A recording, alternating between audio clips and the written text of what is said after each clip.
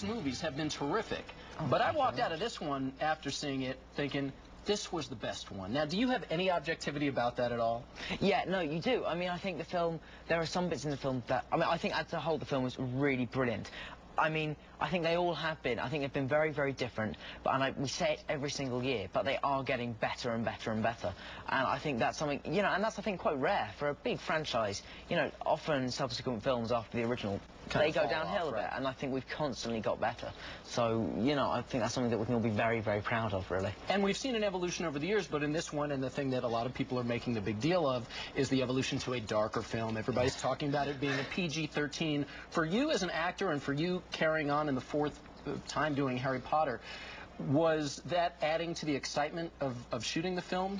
Yeah, definitely. I mean, I think we don't, because no one on the film, we're not sort of constantly going, sort of referencing the other films when we're shooting this one, so we're not constantly going, oh look, this is much darker than that, so we're not hugely aware of it when you're doing. I think when you actually see the film, you can't help but be aware of how dark it actually is. But it's I think the fans would have been really furious with us if we hadn't got a PG-13 rating, because the book is so dark, it is that dark, and to get a rating less than that, we would have, you know, we would have had to have pulled away from the darkness that is in the book. So we've been as faithful to the book as we possibly can be. Dark and at one moment, a really sad moment. I actually got a little weepy, I'm not ashamed to say. Good. Well, no, good. Good. I'm glad you were sad. No, yes, no, if we can depress a few people, then we've done our jobs. But it's you know, it is a sad film. I mean, it can't help but be sad. You know, a 16-year-old boy dies in it. And that's an incredibly, you know, when that happens in the real world, sort of everyone is affected by it. It really sort of shocks and saddens everyone. And so, you know, we're doing that in the film, and hopefully it will have a similar effect on people. And among the ways your character matures and that you have matured in your own life, a lot is also being made of the fact that there's now romance. There are now women, girls in the picture. And I have to say, you're very convincing as a bumbling young boy uncomfortable in front of the women. What were you drawing on for that? Well, personal experience, really. Of course. I think every guy has had awkward moments with girls. I mean, it's just something that everyone goes through, because I think the thing that guys sort of originally think, I certainly did when I was 14, I think I speak for a lot of men, is that, you know, I know if I want to, I'll just think of really clever things to say. And the harder you try to be clever, the more likely it is you'll look stupid. And so it's just learning to be natural with girls. And so I'm now just a lot more sort of like just normal and sort of myself with them. But before I was very much like what Harry did, and trying to say stuff or trying to be, you know, funny or interesting, and it just going horribly wrong, which is what Harry's like in this film. He's just completely awkward with girls. Every time I've seen you out with the fans, you're very gracious with them. You're signing autographs, and it genuinely seems like you're happy to be there talking about it. Has it ever been a little out of control or uncomfortable for you? No, not really. I mean, obviously here in New York there are the people who aren't the fans of films that are the autograph hunters. Paint the picture. What happens with them? Well, basically you sort of get out of the car anywhere you're going. They know your schedule better than you do, really, and so that you'll get out of the car and they'll sort of be standing there in a group with them, and they're not the real fans. Sometimes, you know, people will be there and they are the real fans completely, and for them, I'd always be more than happy to sign. But it's the autograph hunters that are quite aggressive. But I mean, when I'm actually at the premieres and stuff, all the people that are there are fans, are real fans of the books. But just walking down the street, do you ever have moments when you just wish you could walk in quiet and peace? Because obviously you're very recognizable. I can walk down the street, really, which I'm thankful for, and I'm you know, hope long may that continue. You know, but I mean, people do come up, but they're always so, you know, positive about the films and about me, and it's great, you know. I would challenge you to find an actor that does not like flattery. Exactly. So, you know, it is a part of the equation for many of them. Well, exactly. And you have been doing this part now for better than a quarter of your life. Do you ever feel along the way, God, I've kind of missed out on my childhood, or you're like, I can't believe the life I have? I can't believe the life. I mean, the thing is, it's very hard to define what would constitute a normal childhood.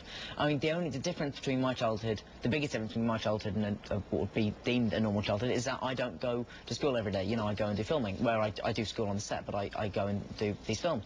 But, you know, for me, as far as I'm concerned, it may not be what everybody actually would expect, but I think being on the film set has actually given me sort of a more stable place to be, because if you think about it, when you're at school, everyone is going through the same puberty thing, and everyone's minds are a little bit confused and like unstable, and just, you know, no one knows what's going on in their heads, and so, but on a film set, most of the people, you know, you're surrounded by the crew who have all been through that, and so we're all quite stable, so you're more likely to get through that a lot easier when you're around people that have already been through it and can talk to you about it, rather than a whole load of people who are just stand there going, I don't know what's going on. So, yeah.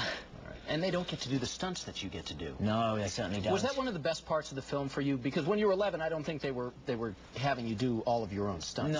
No. And this time around, you got to. Yeah, I mean, it was fantastic. I had an amazing stunt department behind me the whole time. They were just brilliant. The underwater stuff was a lot of fun. You know, it was fascinating scenes in the movie, and I've seen some of the behind-the-scenes footage. Oh, right, okay, you, cool. You know, down there and spending a lot of time in this tank.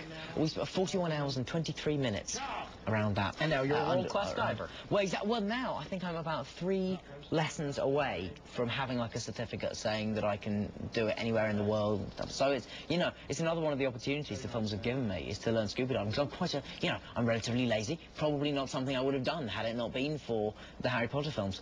J.K. Rowling has said 7 books, that's going to be it. You have a theory as to what Harry Potter's future is going to be about? Well, I said this in England, and of course the sort of British press jumped all over it and said, because my prediction is that because Harry and Voldemort are always so closely linked, through the wands have got the same core, and there's so many similarities and links through them, I think maybe the only way Voldemort can be killed is if Harry dies as well.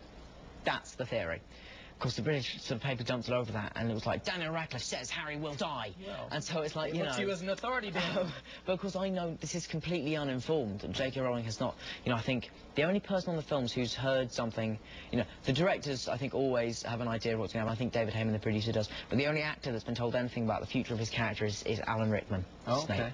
So the directors are the ones to hassle and harangue about absolutely. finding out the future. Order of the Phoenix, scheduled for release in 2007. A little premature to be talking about it.